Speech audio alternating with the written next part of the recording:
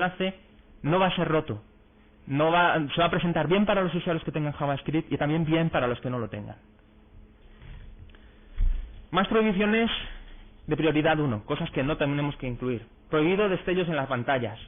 Estas imágenes parpadeantes que llaman mucho la atención, pero para nosotros incluso pueden ser molestas, pero si pensamos en las personas que pueden tener problemas con esquizofrenia o problemas, personas mayores, se pueden enseguida resultar desbordados. Demasiada información en el mismo momento, uno no sabe dónde tiene que mirar, se pierde en la navegación. Este tipo de cosas tenemos que evitarlo. Y también tenemos que evitar usar vocabularios complejos o enrevesados, ¿de acuerdo? Más problemas de prioridad, cosas que no tenemos, de prioridades en este caso, cosas que no tenemos que utilizar. Pues textos o imágenes que tengan poco contraste.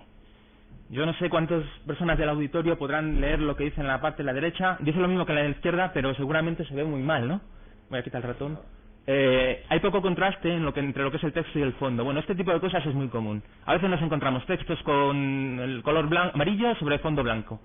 Y es horrible, porque cuando no tenemos un monitor con un contraste muy bueno, pues no se distingue bien, nos hace forzar mucho la vista. Siempre tenemos que intentar que haya buen contraste. Estamos pensando siempre desde el punto de vista de diseñadores. Más prohibiciones, pues no hay que utilizar tampoco etiquetas HTML que se han quedado anticuadas. ¿Por qué se han quedado anticuadas? Porque se definieron en los estándares antiguos de HTML, pero en las nuevas versiones de HTML y de XHTML que han salido después del nacimiento de XML, pues se han dejado de utilizar. Ya no son etiquetas recomendadas. Se habla de son etiquetas anquilosadas. Y tienen su equivalente normalmente en las hojas de estilo CSS. Por ejemplo, si yo quiero definir colores, tamaños, pues la etiqueta font que utiliza casi todo el mundo, que es generada por herramientas como Composer o OnPage, pues es mejor definirlas con hojas de estilo CSS, y aquí tenemos en una tabla pues las equivalencias, ¿no? En vez de intentar con block quotes, con etiquetas que sirven para hacer citas, mejor definamos una regla específica CSS que dice cuánto espacio tengo que indentar y cuánto margen tengo que dejar. En vez de escribir esto así, con espacios separando las letras, mejor definir una propiedad que indique esa propiedad, ese tamaño de espaciado, y así esto ya no es una H seguida de un espacio, seguido de una E, seguido de un espacio, etcétera. Esto es un problema para los buscadores, ¿de acuerdo? Esto para un buscador no es el hello, son 5 letras una detrás de otra, no tienen sentido. Si yo quiero que esto sea encontrado en un buscador, tengo que ponerlo bien, tengo que ponerlo junto. Pero puedo tener esta presentación con esta regla CSS. Y de esto mismo, que igual, ¿no? Si yo quiero que la primera letra de una palabra sea grande, pues no tengo por qué hacer este tipo de chapuzas, por decirlo de alguna forma, que me permite el lenguaje HTML antiguo. Tengo propiedades que me permiten definir todo esto de una forma mucho más sencilla. Igualmente para este tipo de márgenes, no tengo por qué definirme una tabla, sino que puedo usar un borde, una propiedad borde, para decir que determinados elementos de HTML pueden tener propiedades de borde, propiedades de espacio, etcétera.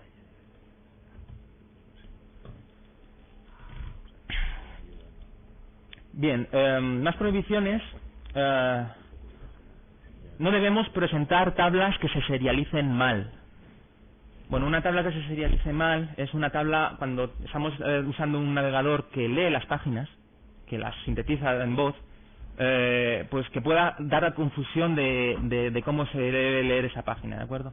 En general lo que esto viene a recomendar, aunque no lo digan explícitamente, es que las tablas para hacer solamente presentación no están recomendadas. Es recomendable que las tablas se usen exclusivamente para presentar datos en forma tabular, y la maquetación en la página, si la hago con tablas, pues me va a quedar a lo mejor muy bien en determinados navegadores, pero para los terminales inalámbricos, los que tienen un tamaño de pantalla muy pequeño, las tablas son mortales. No me van a generar grandes scrolls horizontales o verticales, no voy a poder ver la información en su conjunto de una forma adecuada.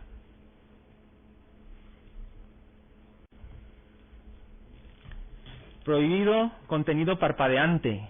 Eso es lo mismo que las imágenes parpadeantes, solo que en el texto. El famoso Blink no es una etiqueta HTML definida por el W3C, sino que fue introducida en su momento por la famosa guerra de los navegadores de hace unos años. No es una etiqueta estándar. Y no la incluimos aquí no porque no sea un estándar, sino porque también da problemas a estas personas, ¿no? Las personas con problemas que ven que el contenido de la página se mueve, pues esto es muy problemático para personas con deficiencia intelectual. Los contenidos dinámicos, los efectos de HTML dinámico, los cambios inesperados en el tamaño de las ventanas, el hecho de que me deshabiliten un scroll, que no pueda yo como usuario cambiar o redefinir el tamaño de la ventana, hace que estos contenidos pues muchas veces no sean funcionales. Bueno, esta transparencia es un poquito más específica para los que sepan JavaScript, son recomendaciones específicamente para ellos.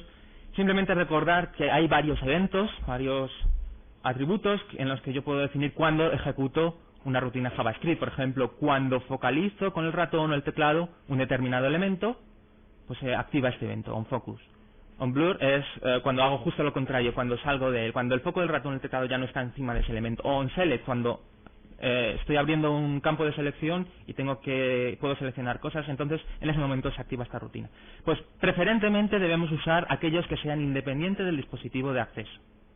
Si utilizo aquellos que estén pensados para el ratón, por ejemplo, como onMouseDown, onMouseUp, que es cuando pincho el ratón o cuando suelto el botón del ratón, o cuando hago un clic, voy a tener el problema de que ¿qué pasa con aquellas personas que no utilizan ratón? Entonces, en este caso, lo que suelen recomendar es usarlos en pareja. Usemos onMouseDown y onKeyDown para que el mismo evento sea activado tanto si estamos usando teclado como si estamos usando ratón, ¿de acuerdo? Usarlo por parejas. Y en ningún caso utilizar eventos que no estén definidos en el estándar. Hay navegadores que definen sus propios eventos específicos de algunos navegadores. Bueno, pues estos funcionarán muy bien en esos navegadores, pero en los otros navegadores no van a servir. Luego es mejor ignorarlos, no utilizarlos. Más prohibiciones, nos quedan pocos minutos.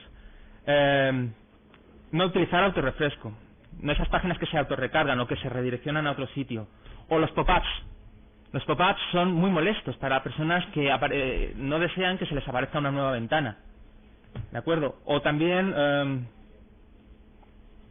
es interesante definir para los elementos de un formulario, para los campos de un formulario, los inputs, los botones donde yo puedo seleccionar cosas, que tengan un texto, una etiqueta asociada, un label, un texto descriptivo que me diga aquí es lo que tengo que introducir es el login y aquí lo que tengo que introducir es el password, por ejemplo.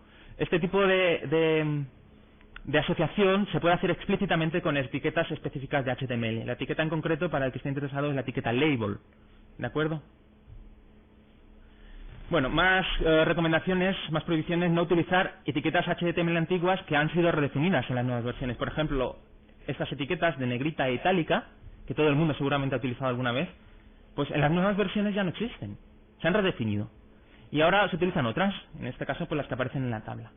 Los applets ya no se llaman applets, se llaman object, y no significa que estos hayan dejado de funcionar, significa que los nuevos dispositivos seguramente van a estar preparados específicamente para recibir las de la derecha y no van a entender las de la izquierda. Por lo tanto, mejor irnos preparando para ello y quedarnos con lo nuevo. Hay etiquetas que han dejado de existir porque no se utilizaban. Más recomendaciones o prohibiciones es no definir siempre el color de fondo junto con el de texto. Y por ejemplo esta otra, esto es una prioridad, una petición de prioridad 1, definir texto alternativo para todos los elementos multimedia. Esta es la recomendación que todo el mundo conoce. Para cada imagen, es la primera de todas, lo que pasa es que con el orden en el que he cambiado pues ha quedado aquí, pero es la que primero se ve. Para cada imagen tengo que proporcionar un texto alternativo dentro de la etiqueta del atributo alt. Bueno, pues esta es la forma en la que se suele utilizar. Los elementos multimedia también tienen forma de escribir texto alternativo. Hay etiquetas específicas en HTML para todo ello. Los no frames. No pongamos dentro de una etiqueta no frames el mensajito típico que diga su navegador no soporta frames, no aguanta frames, no los implementa. Esto no es un contenido alternativo, esto es algo que yo ya sabía, mi navegador es este, yo ya lo sé, no es algo que me sirva para mí. Entonces, normalmente este tipo de cosas evitarlas, y sobre todo los frames en sí, los marcos, también dan muchos problemas en la accesibilidad, también intentar evitarlos. El caso de usar mapas de imágenes de servidor y de clientes, pues intentar proporcionar enlaces alternativos. Cuando tengamos elementos multimedia que tengan que estar sincronizados en el tiempo, asegurarnos de que efectivamente tengan que estarlo. Si tenemos texto en otros idiomas, especificar